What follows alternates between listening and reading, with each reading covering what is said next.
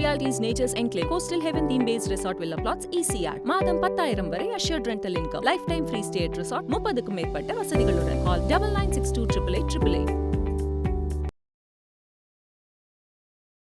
அனைவருக்கும் வணக்கம். யாதவ மகாசபையின் தலைவர், இந்து மக்கள் கல்வி முன்னேற்ற கழகத்தினுடைய தலைவர், வின் டிவியினுடைய உரிமையாளர், மயிலாப்பூர் நிதி நிறுவனத்தினுடைய தலைவர், கல்குவாரி அதிபர், முனைவர், இயற்கை விவசாயின்னு பல போஸ்டிங்க மொத்தமாக வச்சிருக்கார் நபர் தான் தேவநாதன் யாதவ். இந்த தேவநாதன் யாதவ் மீது பொருளாதார குற்றப்பிரிவு காவல்துறை 525 கோடி ரூபாய் இவர் நிதி நிறுவனத்தில் முறைகேடு செய்துவிட்டார் என்று இன்றைக்கு புதுக்கோட்டை தங்கியிருந்தவரை கைது பண்ணியிருக்காங்க. இந்த கைதினுடைய பின்னணி என்ன? 525 கோடி ரூபாய் தேவநாதன் யாதவ் முறைகேடு செய்தது உண்மையா?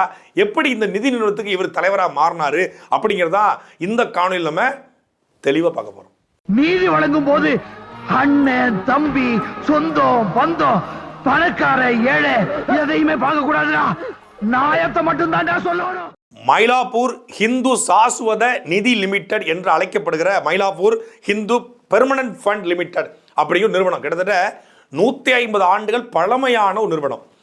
இந்த நிறுவனத்தில் வயசான முதியவர்கள், அதே போல் மத்திய மாநில அரசு பணியிலிருந்து அரசு ஊழியராக இருந்து ஓய்வு பெற்ற அதிகாரிகள், இவங்கெல்லாம் தங்களுக்கு வருகிற வைப்பு தொகை, அதாவது ப்ராவிடன்ட் ஃபண்ட் வரும் இல்லையா, இந்த வைப்பு தொகையை இங்கே டெபாசிட் பண்ணி அதுலேருந்து வர்ற வட்டியில் அவங்க வாழ்ந்துட்டு இருப்பாங்க. இந்த நிதி நிறுவனத்தை பொறுத்தவரை மிக நம்பிக்கை நிறுவனமாக கருதப்பட்டிருக்குது மயிலாப்பூர் பகுதியில். மயிலாப்பூர் பகுதியில் மட்டுமில்லை, ஒட்டுமொத்தமான சென்னையில் யார் வேணாலும் இங்கே வந்து இன்வெஸ்ட்மெண்ட் பண்ணலாம், பணத்தை டெபாசிட் பண்ணி வைக்கலாம். இந்த ஃபண்டுக்கு எந்த விதமான பாதிப்பும் கிடையாது அப்படின்னு சொல்லி ஒரு 150 வருஷம்னா பாருங்கள், ஒரு 10 வருஷம் 20 வருஷம் பரவாயில்ல, 150 ஆண்டுகளாகவே சுதந்திர காலத்துக்கு முன்னாடி இருந்தே இந்த நிறுவனம் இந்த இடத்துல நடந்துக்கிட்டு இருக்கு. பல நூறு கோடி மதிப்புள்ள இந்த நிறுவனம் பொதுவாக வங்கியில் பார்த்தீங்கன்னா வட்டி விகிதம் கம்மியாக இருக்கும். வங்கியில் வந்து நம்ம வந்து டெபாசிட் பண்ணி வைக்கிறோம், ஃபண்டுனா ரொம்ப டெபாசிட் இது வட்டி விகிதம் கம்மியாக இருக்கும். ஆனால் இந்த நிறுவனத்தில் 10லேருந்து 11 விழுக்காடு வரைக்கும் வட்டி கொடுப்பதாக சொல்லப்படுகிறது. அந்த அடிப்படையில் தான் நிறைய பேர் இங்கே டெபாசிட் பண்ணிக்காங்க. பண்ணவங்க எல்லாருமே நடுத்தர வர்க்கத்தை சார்ந்த முதியவர்கள், வயசானவங்க. அவங்க தான் இந்த நிறுவனத்தில் போடுறாங்க. பேங்கில் கொண்டு போய் போட்டு அங்கே பேங்கில் போய் அலைய முடியாதுன்னு சொல்லி இது நம்பிக்கையான நிறுவனம் அப்படின்னு சொல்லி இங்கே போடுறாங்க. இந்த நிறுவனத்தில் தான் 525 கோடி ரூபாய்க்கு மேலே தேவநாதன் யாதவ் வந்து கையாடல் பண்ணிட்டாரு, ஐயா கை வச்சுட்டாரு அப்படின்னு சொல்லி இப்போ பொருளாதார குற்ற பிரிவு எக்கனாமிக் அஃபென்ஸ் வங்கி இவர் மீது எஃப்ஐஆர் பதிவு பண்ணியிருக்காங்க. இந்த குற்றச்சாட்டை ஏற்கனவே இவர் தேர்தலுக்கு போட்டிட்டார் இல்லையா, பாஜகவுடைய சிவகங்கையினுடைய வேட்பாளராக கூட்டணி கட்சியின் சார்பில் இவர் போட்டியிட்டார். அப்படி போட்டி போடும்போது காங்கிரஸ் கட்சி சார்ந்த ஆனந்த் சீனிவாசன் அவர்கள் இவர் குறித்து சமூக வலைதளமாக இருக்கக்கூடிய எக்ஸ் பக்கத்தில் ஒரு பதிவு போட்டிருந்தார். இப்படி குற்ற பின்னணி கொண்டவரை, இந்த மாதிரி இந்து பெர்மனன்ட் ஃபண்ட் இதை வந்து ஏமாத்தினவரை நீங்கள் எப்படி வேட்பாளராக போடுவீங்கன்னு சொல்லி பாஜகவை நோக்கி ஆனந்த சீனிவாசன் கேள்வி கேட்டிருந்தார். இதை தேர்தல் பிரச்சாரத்தில் கார்த்தி சிதம்பரம் அவர்களும் மேற்கோள் காட்டி பேசியிருந்தாங்க. தொடர்ச்சியாக பல்வேறு எதிர்கட்சிகள் இந்த தேவநாதன் யாதவ் குறித்து சமூக வலைதளங்களில், சமூக ஊடகங்களில் பேசி வந்தாங்க. அதெல்லாம் வந்து அரசியல் கால் பண்ணுச்சு. தேவநாதன் யாதவ் கார்த்தி சிதம்பரத்தை ஏற்று சிவகங்கையில் போட்டி போடுறதுனால அரசியல் காழ்ப்புணர்ச்சியில் தேவநாதன் மீது அவதூறு பேசுகிறாங்க, பொய் குற்றச்சாட்டை வைக்கிறாங்கன்னு சொல்லி பாஜக தரப்பும் பாஜக கூட்டணி தரப்பும் சொல்லி வந்தது. இன்றைக்கு புதுக்கோட்டையில் தேர்தலுக்கு பிறகே தேவநாதன் யாதவ் வந்து பெருசாக எங்கேயுமே தலை காட்டலை, இந்த வழக்கில் எப்படியும் கைது செய்யப்படலாம் என்று அவருக்கு தெரியும், அதனால தான் புதுக்கோட்டையில் தனக்கு நெருக்கமான ஒரு இடத்துல அவர் தங்கியிருந்தார் என்று சொல்லப்படுகிறது. இந்த சூழ்நிலையில் தான் தேவநாதன் யாதவ் கைது செய்யப்பட்டிருக்காரு. இவர் கைது குறித்து பாஜகவுடைய மாநில தலைவராக தற்போதைக்கு இருக்கிற மரியாதைக்குரிய அண்ணாமலை அவர்கள் என்ன சொல்லியிருக்காரு அப்படின்னு நம்ம பார்த்தோம்னா இந்த வழக்கினுடைய தன்மையை நம்ம ஓரளவுக்கு புரிந்து கொள்ள முடியும். இந்திய மக்கள் கல்வி முன்னேற்ற நிறுவன தலைவர் திரு தேவநாதன் யாதவ் அவர்கள் தமிழக காவல்துறையால் கைது செய்யப்பட்டிருக்கும் செய்தி அறிந்தேன். மயிலாப்பூர் இந்து சாஸ்வத நிதி நிறுவனத்தில் முதலீடு செய்துள்ளவர்கள் அனைவருக்கும் நீதி கிடைக்க வேண்டும் என்பதில் பிஜேபி தமிழ்நாடு உறுதியாக உள்ளது. தமிழக அரசு முழுமையாக விசாரணை நடத்தி முதலீட்டாளர்கள் அனைவருக்கும் இதனை உறுதி செய்ய வேண்டும். ஐயா என்ன சொல்றாங்கன்னா, அண்ணாமலை என்னாச்சு, முழுமையாக விசாரணை பண்ணுங்க. யார்கிட்ட கைது செய்திருக்க தேவநாதன் யாதவ் கிட்ட முழுமையாக விசாரணை நடத்தி நீங்க ஏமாந்தவர்களுக்கு அந்த தொகையை கொடுப்பதை உறுதி செய்ய வேண்டும் என்று அண்ணாமலை ஒரு கோரிக்கை வச்சிருக்காப்புல.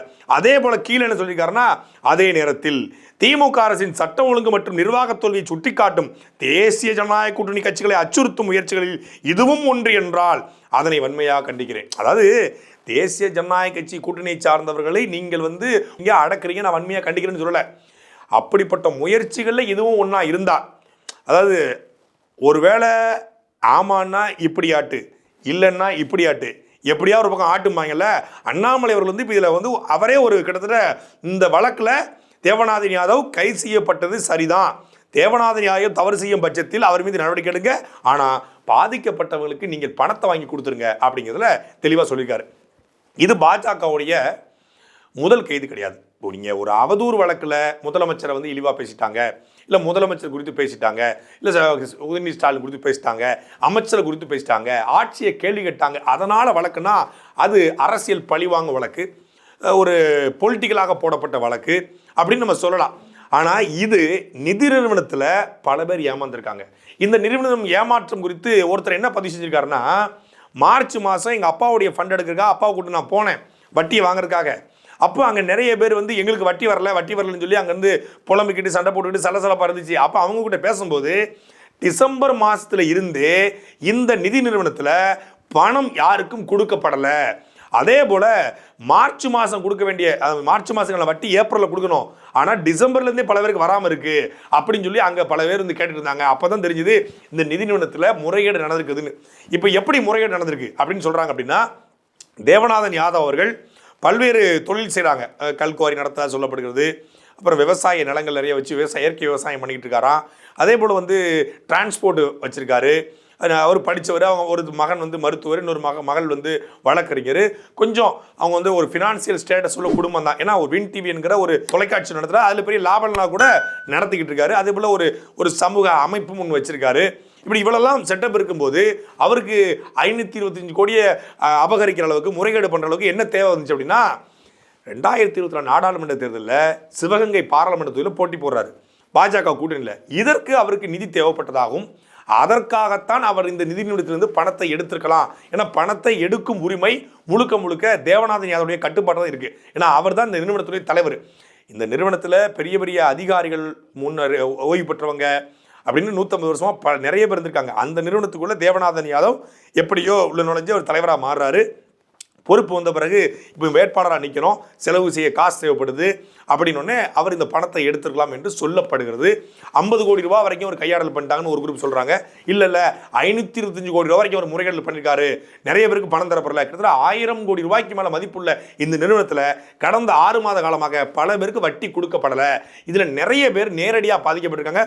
மொத்தம் 5000 பேர் இந்த நிதி நிறுவனத்தில் தங்களுடைய வாழ்க்கை முழுக்க உழைச்சி வந்த பணத்தை போட்டு வச்சிருக்காங்க. பாஜகவில் இது போல, அதாவது இந்த முறைகேடு செய்து கைது செய்யப்படுவது தேவநாதன் யாதவா மட்டும் இல்லை, ஏற்கனவே பாஜகவுடைய மாநில விளையாட்டு பிரிவுடைய தலைவராக இருந்த ஹரிஸ், யாரு ஆருத்ரா ஹரிஸ் கைது செய்யப்பட்டிருக்காரு.